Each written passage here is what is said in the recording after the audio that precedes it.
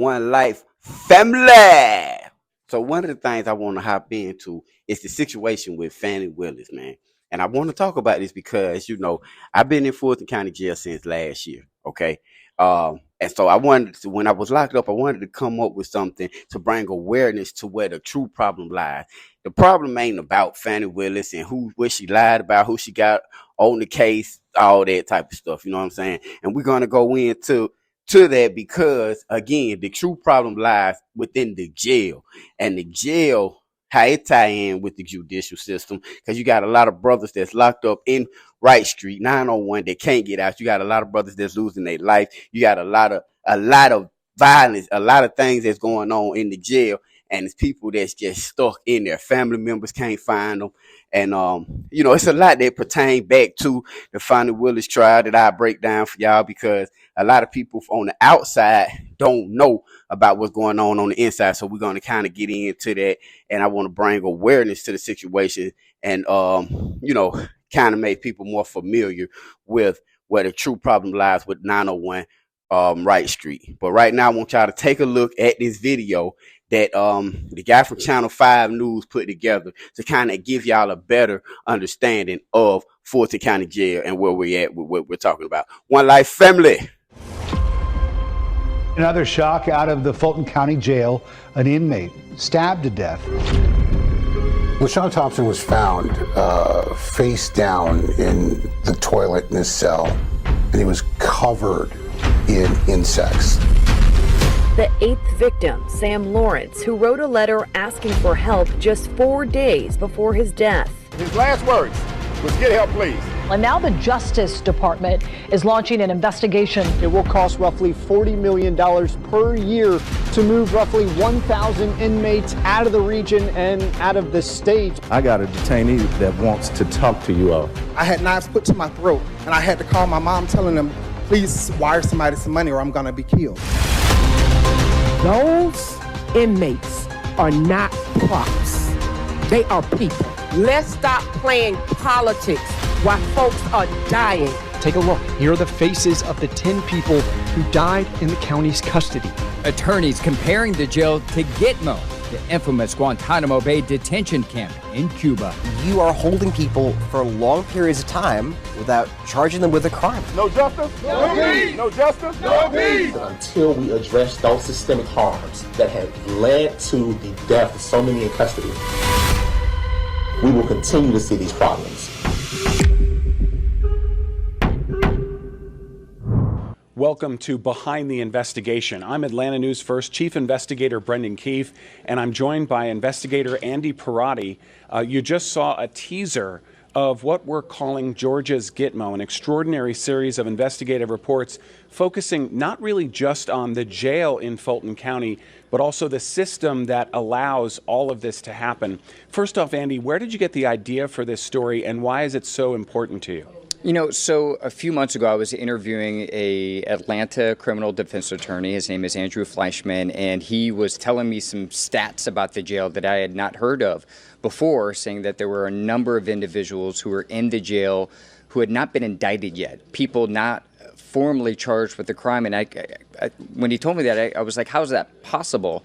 He said, yeah, it's happening. These people are arrested, but they're waiting in an indictment from the district attorney's office. And he said at that moment, it's just like Gitmo. It's like our own Gitmo, which is an acronym for Guantanamo Bay Detention Camp in Cuba, which has held suspected enemy combatants for decades without trial. So that's how the name came about, and that's how I became interested in it. And as you know, we've been covering the crisis of Fulton County Jail for the past year, and it just seemed like there needed to be more attention put on this issue, with so many people unfortunately dying in the jail, not convicted of a crime, simply waiting for their day in court. You know, before we watch the story and this extraordinary series of stories that you're doing, it's important to point out that the Fulton County Jail is notorious nationally now, after some of the Donald Trump, former president of the United States, and other defendants were processed there. And a lot of people talked about the number of deaths there, but a lot of the reporting has been superficial. It's looked at sort of the statistics from 40,000 feet.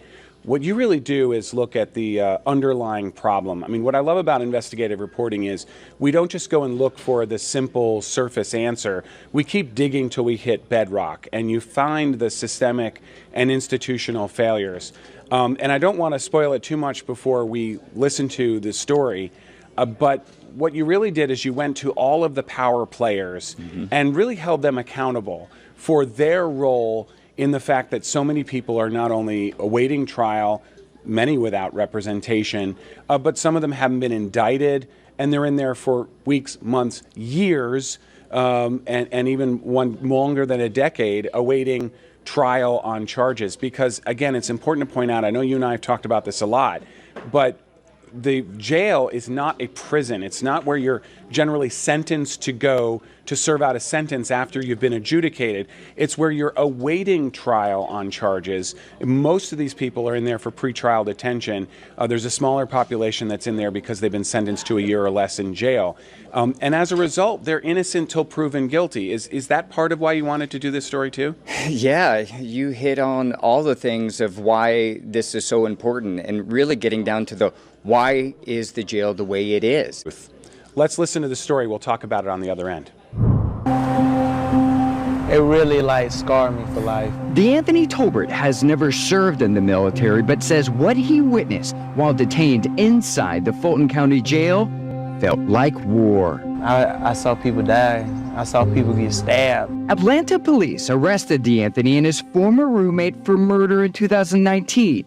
This past July, his attorney argued the district attorney had no proof he was involved. There's no physical evidence that Mr. Tolbert assaulted anybody, fired a gun at anybody, drove the vehicle that night. Frustrated, the 25-year-old spoke out in court. Stupid German Vernon, you know, I don't need no disrespect, but this is my life, so I only have one chance. After waiting 4.5 years behind bars to prove his innocence, the jury found him not guilty. How did this impact your mental health? I ain't even gonna lie to you, it tore me up. I'm scared right now because I don't have nobody. I don't have a support team. When I got out, it's like they don't even have programs to help people in my situation. I really did lose everything, and even my kids. I can't even have my family no more. He lost his home, lost his job, and he almost lost his life. Stab right here. Each marking on his back and arms, stab wounds from knives and shanks. Right there, right there. there. They just keep going. And this all happened at the jail? Yeah. I mean, are you surprised that you're alive? Yeah. I thank God for it every day.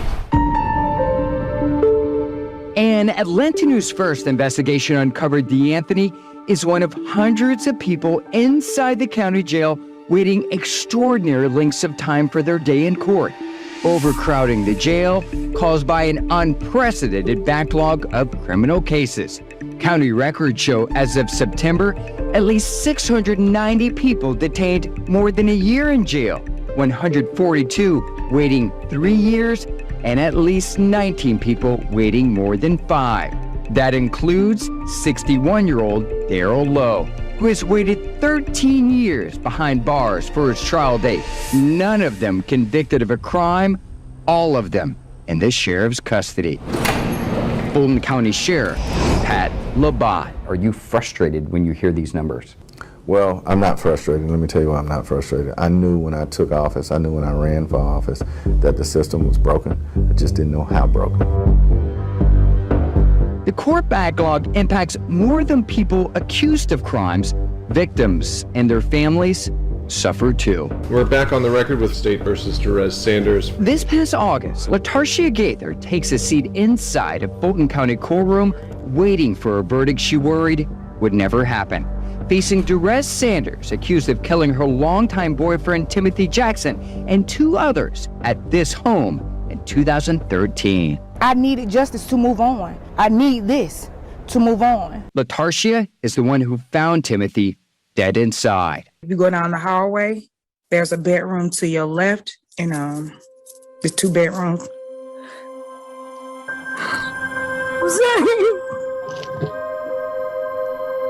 I wouldn't wish that on my worst enemy. Finding somebody that you love and care about with their head blown off like that took a lot from me. It destroyed me.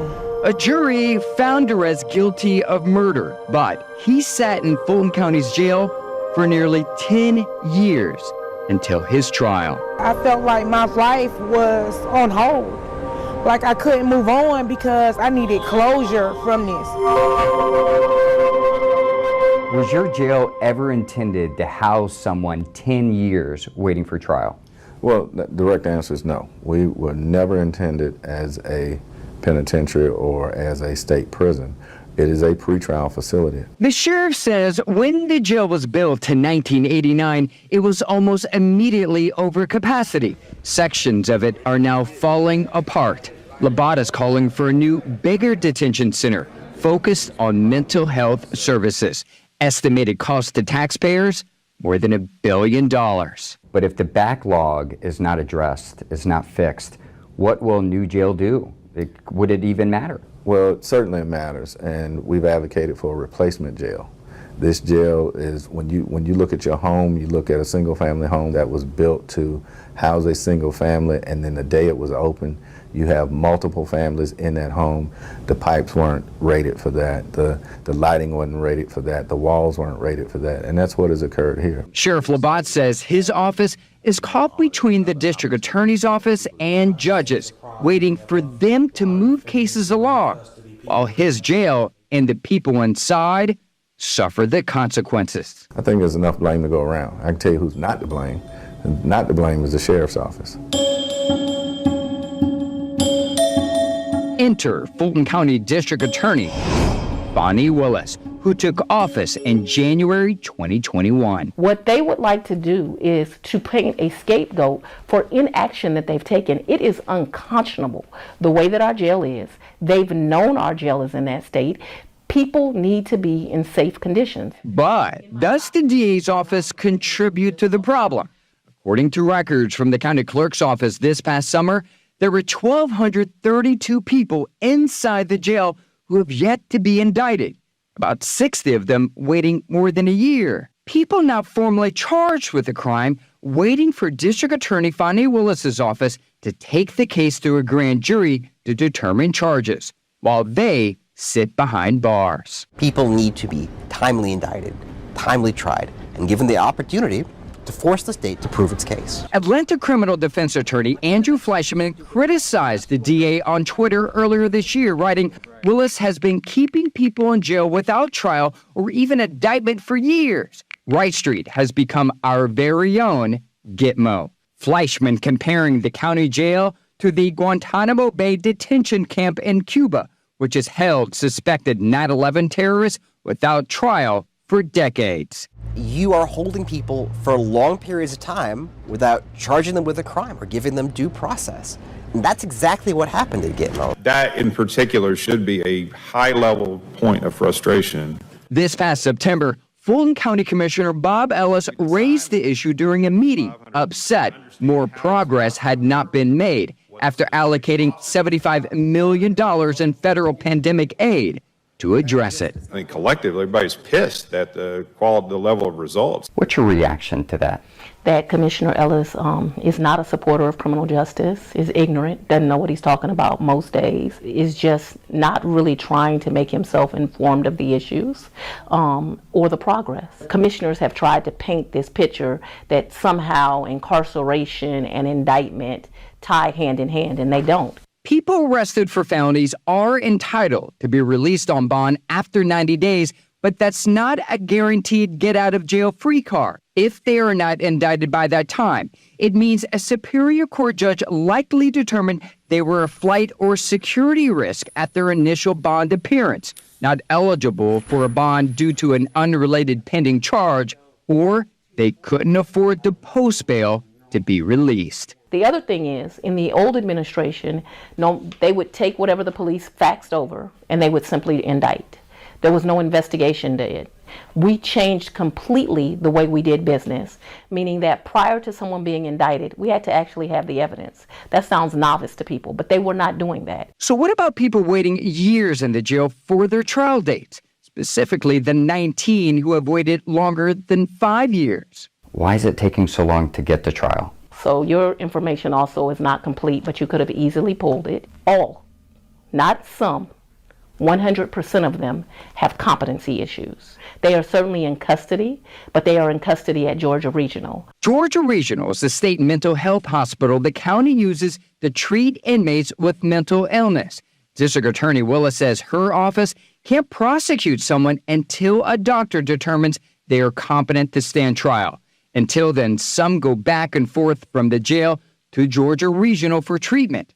Atlanta News First uncovered 7 of the 19 waiting 5 years behind bars have never been to the hospital, all stuck in legal limbo. When you have people that are so severely mentally ill, extremely violent, not someone you want on the street, not someone your neighbor wants on the street. While Willis says her office has made strides reducing the court backlog, it continues to grow. So far this year, pending criminal cases spiked to 23,000, a 28% increase since December. The DA says she needs more staff to tackle it. I'm also not going to apologize for saying this office needs adequate resources. We need more investigators and more lawyers and legal support staff that can support them. Coming up, Fulton County's chief judge responds to criticism. He's not doing enough to address the problem. Plus, why the head of the county's commission blames the public for the jail's failures. The voters are at fault in all of this from my perspective. It's your fault.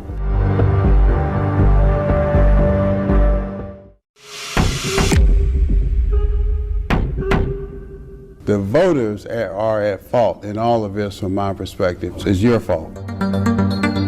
That's Fulton County Chairman Rob Pitts blaming the public for problems at Fulton County's jail. But Pitts, who heads the commission responsible for funding the detention center, doesn't stop there. He says elected judges share responsibility too. I'm hoping that we will have this same lively debate when we get to the money part of this meeting today. The head of Fulton County's commission, Chairman Rob Pitts, says he's tired of allocating millions of tax dollars to address problems at the jail without getting better results, despite deteriorating conditions while over capacity for decades. Thursday afternoon, a triple stabbing left 1 inmate dead and 2 others injured. To date, we have had 10 deaths in the Fulton County Jail. The Department of Justice is investigating the jail's living conditions. A brand new jail is not going to solve the problem if you don't have good management in that jail. The chairman wants to renovate the current jail instead, saying the detention facility's real problem is rooted in the county's historic court backlog, forcing inmates to wait for trial too long. As of September, hundreds of people were waiting more than a year in jail, dozens of others more than 3. Innocent until proven guilty, languishing behind bars while they wait for their day in court. Reason for the jail being overcrowded, if we're honest, is that those who are responsible for processing those in jail through the system are not doing their job. The chairman puts most of the blame on 2 groups of people. First, Fulton County Superior Court judges who are elected. Some work, some do not. Some come to work at 10 o'clock in the morning, go to lunch at 12 and play golf. We monitor this.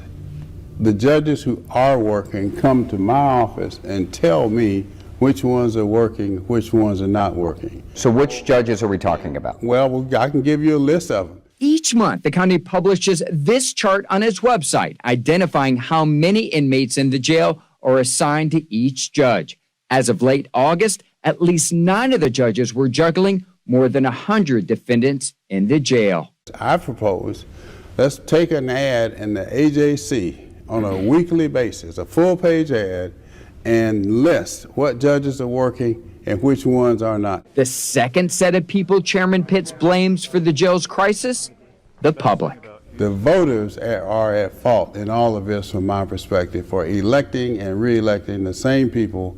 If you get these same results, it's your fault. That might be a hard pill to swallow for viewers and the public, thinking, well, we expect you to do better. Don't blame us for simply trusting you to do the job. Not the Board of Commissioners. We don't run the jail. We don't indict people. We don't charge people. None of that. We're trying to solve a problem by providing the resources, which we have been very generous with. Up next, a prediction about the jail's future from the county's top judge and his response to the chairman's criticism. This particular issue of overcrowding in the jail is a collaborative effort.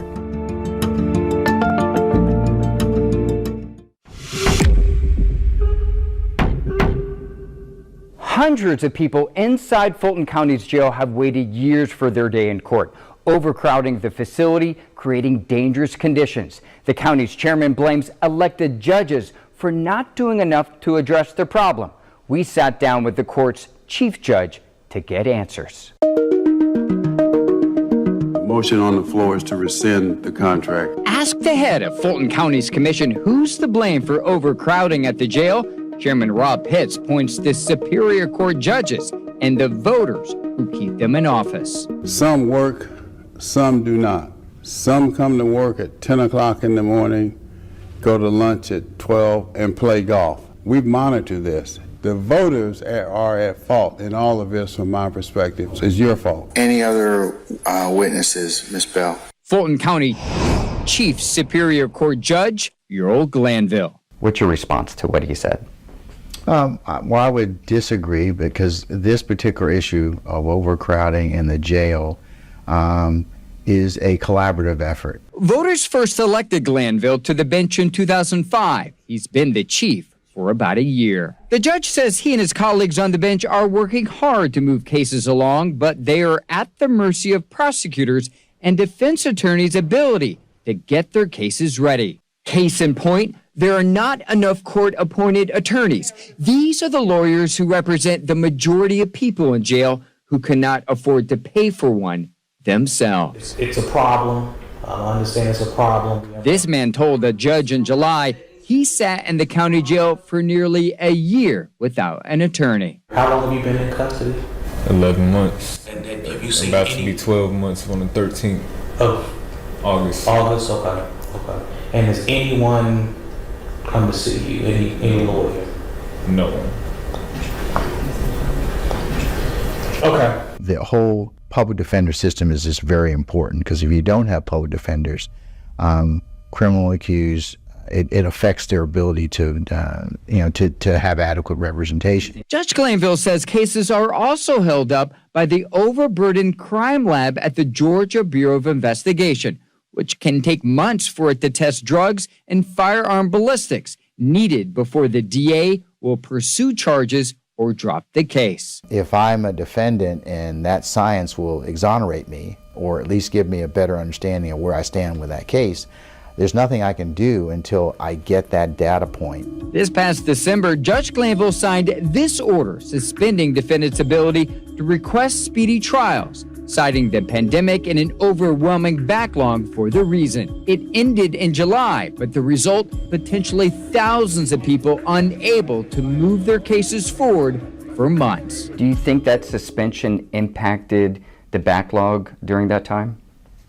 I would say so, because we were not able to try as many cases during the pandemic, given the health concerns. So, it had an effect. To address the backlog, the judge says his colleagues created a temporary program to fund more court-appointed attorneys. They're also holding court inside the jail on Saturdays, but they need the commission to fund more judge positions.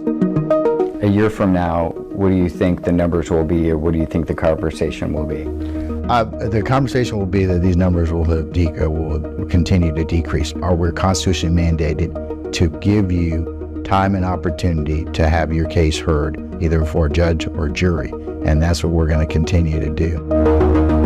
County commissioners have yet to decide whether they will approve funding for a new jail that could exceed more than $1 billion. We'll keep you posted. Okay, so I basically want people to pay attention to this investigative report that was done and put out so that people can get a better understanding of what a true problem is with Fulton County. Okay, now we're going to go into some more things pertaining to the Fulton County Fani Willis Trump case. And y'all know I'm going to keep it real with y'all, and I'm going to break things down to y'all from a real perspective and let y'all know what's really going on with everything. You know, Fani Willis got a good support system coming out of Atlanta. You know what I mean? Like I say, the problem is way before your case even gets to the district attorney's office. But like I say, we will be going into much more information pertaining to this stuff. I'm gonna break it down for y'all, from everything from the cyber attack to the Trump administration to everything that's going on, and how, you know, the inmates on the inside, we were basically held hostage, you feel me, while this trial and stuff went on. There's a lot that the public don't know. There's a lot of deaths that are going on in the jail that people don't know about, you know. Y'all hear about the stabbings, y'all hear about certain things, but I'm going to break it down to you, the One Life family, from an inside perspective. I've just been released from it. We back on the bullshit. Hit the like button, hit the subscribe button. We're doing things a little bit different this year. But yeah, man, shouts out to everybody. Thank you for the support. If you didn't get a full understanding, go back and please watch the video that I just posted. Fulton County 901 Wright Street is a very dangerous place. It's a very messed up and violent situation to be in. The Department of Justice, as of last year, started a full investigation into civil rights violations that are going on within the jail. And that's from, you know, just sitting and waiting, not being able to go to court, to having excessive bonds or no bonds. And that's what I'm looking to do with the platform and with the resources that I utilize, is to get a better understanding of Fulton County Jail and what lies beneath the walls. This your boy, One Lyfe Star. Shouts out to the One Life family, man. Hit the like button, hit the subscribe button. We rocking out.